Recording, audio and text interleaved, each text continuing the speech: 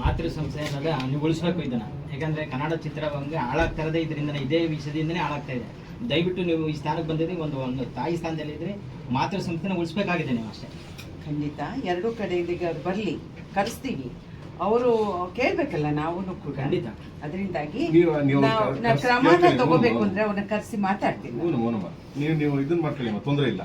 ನನ್ನ ಕಡೆ ನಾನು ಮಾಡ್ಕೊಂತೀನಿ, ನಮ್ಮ ಜಾಗಗಳಿವೆ, ಇಲ್ಲಿ ಮಾಡಿ. ನಾನು ಅಲ್ಲಿ ಜಾಗ ಇದೆ, ಕೋರ್ಟ್ಗೆ ಹೋಗಿದ್ದೀನಿ, ಕೋರ್ಟಲ್ಲಿ ಮಾಡಿಸ್ತೀನಿ. ಯಾಕಂದ್ರೆ ಲ್ಯಾಂಗ್ವೇಜ್ ನನಗೆ ಅದು ಇಷ್ಟ ಆಗಲಿಲ್ಲ. ಯಾರೇ ಆಗಲಿ, ನಾನು ಯಾವ್ದು ಹೆಣ್ಮಕ್ಳ ಬಗ್ಗೆ ಆಗಲಿ, ಯಾರ ತಾಯಿದಿರ ಬಗ್ಗೆ ಆಗಲಿ ಮಾತಾಡಕ್ಕೆ ನಾನು ಇವತ್ತಿನವರೆಗೂ ಬಿಟ್ಟಿಲ್ಲ, ಬಿಡೋದು ಇಲ್ಲಮ್ಮ. ನಾನು ಯಾವನ್ ಎಂತ ದೊಡ್ಡ ಮನ್ಸಾದ್ರೂ ಬಿಡಲ್ಲ ನಾನು.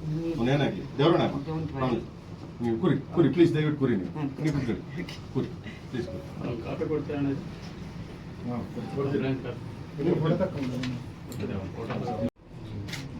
ಮಾತೃ ಸಂಸ್ಥೆ ಅನ್ನೋದು ನೀವು ಉಳಿಸ್ಬೇಕು ಇದನ್ನ. ಯಾಕಂದ್ರೆ ಕನ್ನಡ ಚಿತ್ರರಂಗ ಹಾಳಾಗ್ತಾ ಇರೋದೇ ಇದರಿಂದನೇ, ಇದೇ ವಿಷಯದಿಂದನೇ ಹಾಳಾಗ್ತಾ ಇದೆ.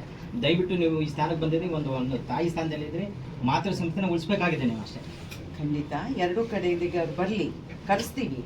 ಅವರು ಕೇಳ್ಬೇಕಲ್ಲ ನಾವು ಕೂಡ. ಖಂಡಿತ. ಅದರಿಂದಾಗಿ ಕ್ರಮನ ತಗೋಬೇಕು ಅಂದ್ರೆ ಅವ್ರನ್ನ ಕರೆಸಿ ಮಾತಾಡ್ತೀನಿ. ನೀವು ಇದನ್ನ ಮಾಡ್ಕೊಳ್ಳಿ, ತೊಂದರೆ ಇಲ್ಲ. ನನ್ನ ಕಡೆ ನಾನು ಮಾಡ್ಕೊಂತೀನಿ, ನಮ್ಮ ಜಾಗಗಳಿವೆ, ಇಲ್ಲಿ ಮಾಡಿ. ನಾನು ಅಲ್ಲಿ ಜಾಗ ಇದೆ, ಕೋರ್ಟ್ಗೆ ಹೋಗಿದ್ದೀನಿ, ಕೋರ್ಟಲ್ಲಿ ಮಾಡಿಸ್ತೀನಿ. ಯಾಕಂದ್ರೆ ಲ್ಯಾಂಗ್ವೇಜ್ ನನಗೆ ಅದು ಇಷ್ಟ ಆಗಲಿಲ್ಲ.